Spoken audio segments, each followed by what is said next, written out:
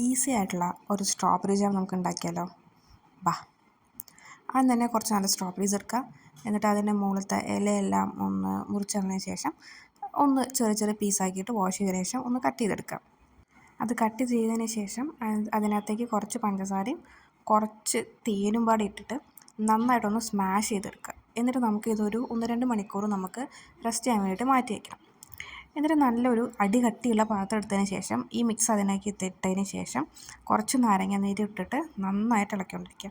ഇനി നമ്മൾ കണ്ടിന്യൂസ് ആയിട്ട് ഇളക്കിക്കൊണ്ടിരിക്കണം. ഇടയിൽ നമ്മളൊരു ഇതും ചെയ്യാൻ പാടില്ല. കണ്ടിന്യൂസ് ആയിട്ട് ഇളക്കിക്കൊണ്ടിരിക്കുമ്പോൾ ഈ ഒരു കൺസിസ്റ്റൻസി ആവും.